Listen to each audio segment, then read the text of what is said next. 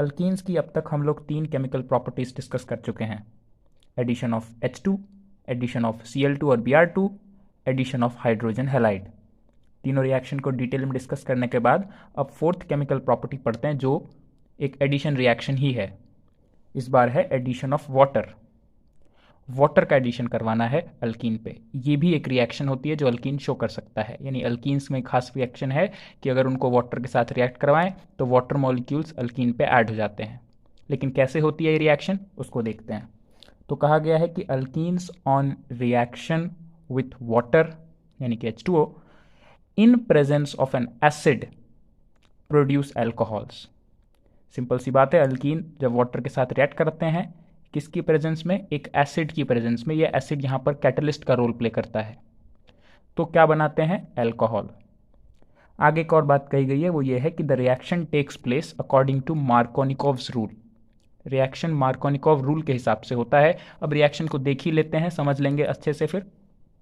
ये एक अल्कीन है, इसको वाटर के साथ रिएक्ट करवाया हमने इन प्रेजेंस ऑफ एसिड कैटलिस्ट। ये एसिड का रोल यहाँ पर सिर्फ H+ आयन प्रोवाइड करना है। हालांकि ये रिएक्शन में पार्टिसिपेट नहीं करता है, जस्ट रिएक्शन को फैसिलिटेट करता है क्योंकि ये कैटलिस्ट है।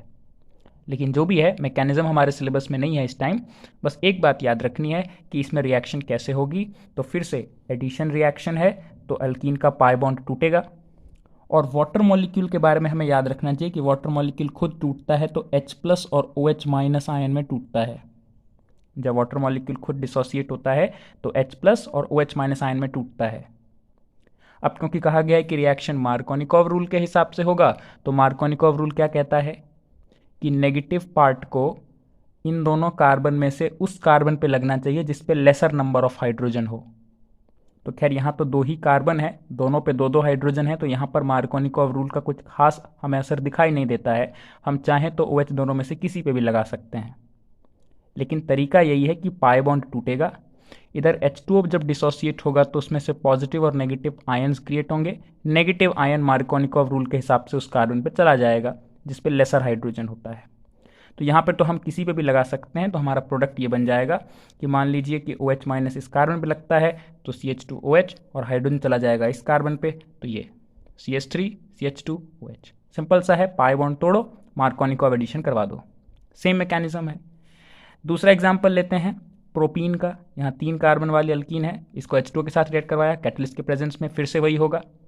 H2O डिसोसिएट होता है H+ और OH- में। ये OH- मार्कोनिकोव एडिशन करेगा, यानी पाई बॉन्ड टूटेगा और इन दोनों कार्बन में से OH उस कार्बन पे जाएगा जिस पे लेसर हाइड्रोजन हो। इस बार हम देख सकते हैं कि सेंट्रल कार्बन पे सिर्फ 1 हाइड्रोजन है, इस वाले पे 2 हाइड्रोजन है, इसीलिए OH- को इस पे अटैक करना चाहिए, इसलिए यहाँ OH और यहाँ H लगेगा। तो प्रोडक्ट हमारा कुछ इस तरह से बनेगा कि CH पे हम OH देख सकते हैं और उस पर हाइड्रोजन चला गया तो CH3 CHOH CH3। इस तरीके से रिएक्शन में प्रोडक्ट फॉर्मेशन होता है। यानी कि सारा मैकेनिज्म जो हाइड्रोजन हैलाइड का था, लगभग सारा मैकेनिज्म वही है वाटर के एडिशन का भी। तो हमारे लिए याद रखना आसान है, बस वहाँ पर HX की जगह यहाँ H2O है। Reaction is also called hydration of alkyne. ये एक लास्ट बात याद रखनी है, हाइड्रेशन का मतलब होता है वाटर का एडिशन। इसी का उल्टा होता है डिहाइड्रेशन, जब वाटर का रिमूवल होता है।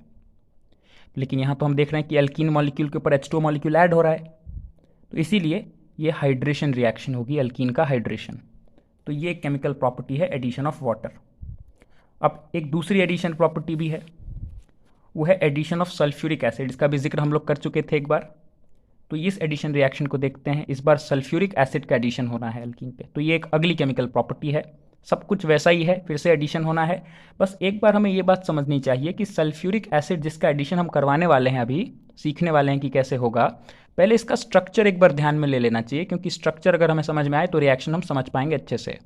ये H2SO4 में स्ट्रक्चर ये है कि सल्फर जो है वो 2 ऑक्सीजन के साथ डबल बॉन्डेड होता है और बाकी 2 ऑक्सीजन के साथ सिंगल बॉन्डेड होता है। और जिनके साथ सिंगल बॉन्डेड होता है उन दोनों ऑक्सीजन पे एक एक हाइड्रोजन भी लगे होते हैं। स्ट्रक्चर हमारे सामने साफ साफ दिखाई दे रहा है, ठीक है। बस इसका स्ट्रक्चर ध्यान में रखना है, ये H2SO4 मॉलिक्यूल का स्ट्रक्चर होता है। अब क्या कहा गया है देखते हैं रिएक्शन के बारे में। Alkenes on reaction with cold and concentrated H2SO4 produce alkyl hydrogen sulphate, full stop. Alkyne को रिएक्ट करवाना है cold and concentrated H2SO4 solution के साथ, तो अल्काइल हाइड्रोजन सल्फेट प्रोड्यूस होगा। कैसे प्रोड्यूस होगा और ये अल्काइल हाइड्रोजन सल्फेट क्या चीज़ है अभी समझ लेंगे। लेकिन एक बात और कही गई है, the reaction takes place according to Markovnikov's rule. Markovnikov rule के हिसाब से रिएक्शन होती है, तो ये भी बात ध्यान रख सकते हैं। फिर से मार्कोनिकॉव रूल देखते हैं कैसे होती है रिएक्शन। तो हमने एक एग्जाम्पल लिया है, यहाँ पर क्लियर करके लेते हैं एग्जाम्पल। तो ये हमारा अल्कीन मॉलिक्यूल है, इसको सल्फ्यूरिक एसिड के साथ हम रिएक्ट करवा रहे हैं, कोल्ड एंड कंसनट्रेटेड है ये। जैसे रिएक्ट करवाएंगे फिर से, जैसे HBr के साथ, जैसे वाटर के साथ एडिशन होता था, यहाँ पर भी वैसे ही होगा।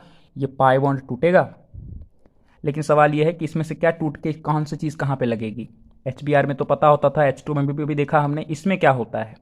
तो इसमें इसीलिए स्ट्रक्चर मैंने बताया था। स्ट्रक्चर से हमको एक चीज़ याद रखनी चाहिए कि ये जो H2SO4 का मॉलिक्यूल है, इसमें ये जो OH का बॉन्ड है ना, ये यहाँ से टूट जाता है इस तरह से, और जब ये टूटता है तो ये H+ अलग हो जाता है और O- पूरा ग्रुप के साथ अलग हो जाता है। समझ पा रहे हैं? मैं फिर से बताता हूँ।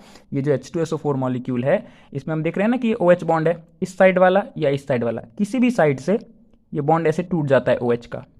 H+ एक तरफ निकल जाता है और O- बाकी सारे ग्रुप के साथ एक तरफ हो जाता है अलग से टुकड़ा। यानी कि इस ग्रुप के, इस मॉलिक्यूल के दो टुकड़े हो गए, ये नेगेटिव और ये H+ positive part. Markovnikov addition होना है तो हम समझ सकते हैं कि जब पाई बॉन्ड टूटेगा तो नेगेटिव ऑक्सीजन किस पे अटैक करेगा, जिस पे लेसर हाइड्रोजन हो, यानी कि फिर से बीच वाले पे, और हाइड्रोजन चला जाएगा इस वाले पे।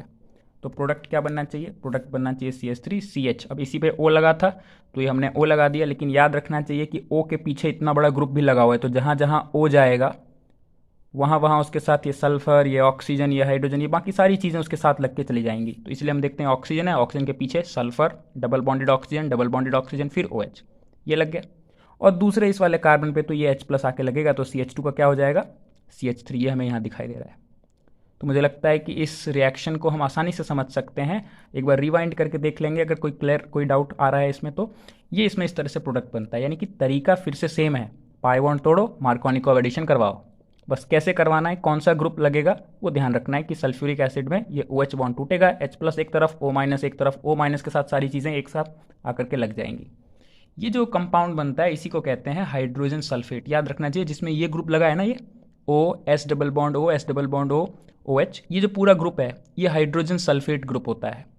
क्योंकि अल्काइल ग्रुप के साथ लगाया हुआ है, हाइड्रोकार्बन ग्रुप है, इसलिए इसको कहते हैं अल्काइल हाइड्रोजन सल्फेट। याद रखेंगे यहाँ पे 3 कार्बन वाला है, इसलिए हम लोग अल्काइल ना बोल के पर्टिकुलर उसका नाम बोल रहे हैं प्रोपाइल। 2 कार्बन का होता तो इथाइल, 4 कार्बन का होता तो ब्यूटाइल एंड सो ऑन। खैर, नाम से उतना मतलब नहीं है, हमको रिएक्शन पता होनी चाहिए। तो एक और रिएक्शन एडिशन की हमने सीखी, वो है एडिशन ऑफ सल्फ्यूरिक एसिड। फिर से मैकेनिज्म मार्कोनिकॉव है, तो अब तक जितनी भी मैकेनिज्म हम लोग देख रहे हैं सिमिलर है, जितनी भी प्रॉपर्टी देख रहे हैं, चाहे वो एडिशन ऑफ हाइड्रोजन हैलाइड हो, Markovnikov addition, addition of water हो, फिर से Markovnikov, addition of sulphuric acid हो, फिर मार्कोनिकॉव रूल। इसलिए याद रखना हमारे लिए आसान हो जाता है। इसी वीडियो में एक और केमिकल प्रॉपर्टी अल्कीन्स की डिस्कस कर लेते हैं, बाकी जो प्रॉपर्टीज़ हैं फिर वो नेक्स्ट वीडियो में डिस्कस करेंगे। तो एक और प्रॉपर्टी है जो थोड़ी हटके है। अभी तक सिंपल एडिशन प्रॉपर्टीज़ हम लोग देख रहे थे, एडिशन रिएक्शंस देख रहे थे अल्कीन की अलग अलग तरह की। अब जो एक रिएक्शन है, एक जो प्रॉपर्टी है वो है पॉलीमराइजेशन। इसको समझना पड़ेगा, पॉलीमराइजेशन क्या होता है। पहले सीधी बात कर लेते हैं, उसके बाद और थोड़ा डिटेल में बात करेंगे। पहले तो ये देखते हैं कि रिएक्शन होता कैसे है, क्या कुछ होता है। अल्कीन का पॉलीमराइजेशन क्या कहा गया है? When large number of alkene molecules, यानी कि अल्कीन के बहुत सारे मॉलिक्यूल्स अगर होंगे, आर हीटेड, उनको हीट किया जाएगा at high temperature and high pressure. High temperature और प्रेशर पे रख के उनको हीट करना है, in presence of some catalyst, और कुछ कैटलिस्ट की प्रेजेंस भी होनी चाहिए, यानी कैटलिस्ट की प्रेजेंस में हीट करना है। The alkene molecules link together to form long chain. तो क्या होगा कि वो जो large number of alkene molecules हमने लिए थे ना, वो एक दूसरे के साथ चेन बना लेंगे। जैसे इंसानों की ह्यूमन चेन बन जाती है, एक दूसरे का हाथ पकड़ के अगर 100-200 लोग खड़े हो जाएं तो वो ह्यूमन चेन बन गई, लंबी सी चेन बन जाएगी। ठीक ऐसा ही होता है कि कंटेनर में हमने बहुत सारे मॉलिक्यूल लिए थे अल्कीन के, अभी वो अल्कीन मॉलिक्यूल उस कंटेनर के अंदर घूम रहे हैं, लेकिन कोई चेन वेन नहीं बना है। बट अगर हाई प्रेशर पे रख के हाई टेम्परेचर के साथ हीट करेंगे और कुछ कैटलिस्ट की प्रेजेंस में हीट करेंगे तो सारे अचानक से चेन बना लेंगे। और ये जो लंबी लंबी चेन बनती है, इसी प्रोसेस को पॉलीमराइजेशन कहते हैं। क्योंकि वो जो लंबी चेन्स हैं उनको सिर्फ चेन नहीं बोला जाता है, उनको पॉलीमर बोला जाता है। पॉलीमर के बारे में डिटेल में क्लास 12th में फिर से पढ़ना है, लेकिन अभी सिर्फ यही याद रखना चाहिए कि जब मॉलिक्यूल्स लिंक करके लॉन्ग चेन्स बनाते हैं तो सिर्फ उसको लॉन्ग चेन ना कह के पॉलीमर कहते हैं, इसीलिए रिएक्शन को पॉलीमराइजेशन कह देते हैं। मुझे लगता है कि बहुत ही आसानी से समझ में आ गया होगा, कम से कम इतना। एक एग्जाम्पल देखते हैं तो और अच्छे से समझ में आएगा। एग्जाम्पल हम लेते हैं जैसे कि इथीन मॉलिक्यूल का। मैंने इसके n मॉलिक्यूल्स लिए हैं। अब ये n की वैल्यू बहुत हो सकती है, कुछ भी हो सकती है, 1000, 10,000, 20,000, कुछ भी हो सकती है, लेकिन लार्ज नंबर होना चाहिए। 2-3 मॉलिक्यूल से काम नहीं चलेगा। तो हमने ये लिया, इसको किसी कैटलिस्ट के प्रेजेंस में हीट कर रहे हैं। वो कैटलिस्ट कोई पेरोक्साइड कैटलिस्ट होता है, बट मैंने कहा कि इस सब रिएक्शन के बारे में 12th क्लास में पढ़ेंगे, तो फिलहाल सिर्फ याद रखना कि कोई कैटलिस्ट होता है। हाई टेम्परेचर और प्रेशर, बहुत प्रेशर हाई होता है इसमें। 1000-2000 केल्विन टेम्परेचर होता है, कम से कम 30 to 40 बार के आसपास प्रेशर होना चाहिए। इस प्रेशर पे जब इसको हीट करते हैं पूरे अल्कीन के, इसमें बहुत सारे अल्कीन्स को, तो सारे अल्कीन के जो मॉलिक्यूल हैं एक दूसरे के साथ चेन बना लेते हैं। चेन बनाने का तरीका क्या है उसको समझ सकते हैं। वैसे मैंने यहाँ पे चेन बनाई है, चेन का एक छोटा सा हिस्सा बनाया है। अब चेन तो 10-20 हज़ार मॉलिक्यूल की चेन बनेगी तो कितनी लंबी चेन हो सकती है, सारे मॉलिक्यूल तो यहाँ नहीं दिखा सकते। हमने एक हिस्सा दिखाया, जैसे कि ये देख सकते हैं, ये इथीन मॉलिक्यूल है, 2 कार्बन वाला इथीन होता है ना। तो चेन बनाते वक्त क्या होता है कि उसका पाई बॉन्ड टूट जाता है। जितने भी इथीन मॉलिक्यूल हमने लिए हैं सबके पाई बॉन्ड टूट जाएंगे, और पाई बॉन्ड जैसे ही टूटेंगे तो सब एक दूसरे के साथ जुड़ जाएंगे। और मैं देख सकता हूँ कि ये एक इथीन मॉलिक्यूल है, इसके साथ ये दूसरा इथीन मॉलिक्यूल जुड़ गया, फिर इसके साथ ये तीसरा इथीन मॉलिक्यूल जुड़ गया। उधर आगे स्पेस नहीं था तो मैंने नीचे टर्न कर दिया है चेन को, लेकिन ये आगे सीधा चेन होता है। फिर इसके आगे फिर एक नेक्स्ट इथीन मॉलिक्यूल का चेन, ऐसे कर करके जितने भी इथीन मॉलिक्यूल लेंगे, अगर 10,000 इथीन मॉलिक्यूल लेंगे तो 10,000 मॉलिक्यूल की चेन बन जाएगी। ये रिपीटिंग यूनिट हम देख सकते हैं बार बार, यानी कि ये एक मॉलिक्यूल है, ये भी एक इथीन मॉलिक्यूल है, ये भी एक इथीन मॉलिक्यूल है, ऐसे ऐसे करके इथीन मॉलिक्यूल की लंबी सी चेन बन जाएगी। इसका मतलब ये एक पॉलीमर बन गया, इसको हम पॉलीमर भी कहते हैं, इसीलिए पूरी प्रोसेस को पॉलीमराइजेशन कहते हैं। और कमाल की बात एक ये है, ये इथीन है तो ये जो पॉलीमर बना है वो इथीन से बना है ना, इसलिए इस पॉलीमर का एक नाम और है, पॉलीथीन। क्या ये नाम जाना पहचाना लग रहा है, सुना हुआ लग रहा है? पॉलीथीन, हम लोग डेली लाइफ में पॉलीथीन यूज़ करते हैं। तो पॉलीथीन यही मटेरियल होता है, इथीन का पॉलीमराइजेशन करके एक मटेरियल बनाया जाता है, वही होता है पॉलीथीन, जिसकी पैकेजिंग वगैरह करने के लिए हम इस्तेमाल करते हैं। हम आगे पढ़ेंगे 12th क्लास में कि प्लास्टिक भी इसी तरीके से पॉलीमर होता है, एक रबड़ भी एक तरह का पॉलीमर होता है। बहुत तरह के पॉलीमर्स हैं हमारे डे टू डे लाइफ में हम यूज़ करते हैं, लेकिन पॉलीमर का मतलब होता है ये लॉन्ग चेन्स। जो इथीन से बना हुआ पॉलीमर है उसको पॉलीथीन कह देते हैं, जो इसका बहुत ज़्यादा यूज़ भी करते हैं। तो ये एक केमिकल प्रॉपर्टी अल्कीन की होती है। वंस अगेन, ये प्रॉपर्टी अल्केन्स में नहीं हमने देखी थी, अल्कीन में होती है, क्योंकि उनका पाई बॉन्ड टूटता है और सब पाई बॉन्ड टूट जाता है जब सबका, तो सब एक दूसरे के साथ जुड़ जाते हैं लंबी लंबी चेन्स में। तो दिस इज पॉलीमराइजेशन। मुझे लगता है कि ये पॉलीमराइजेशन की प्रॉपर्टी भी हमको समझ में आ गई होगी। ये अल्कीन ज़रूरी नहीं है कि हम इथीन लें, बहुत तरह के अल्कीन, जितने तरह के कोई सा भी अल्कीन लेंगे तो पॉलीमराइजेशन उसमें होगा।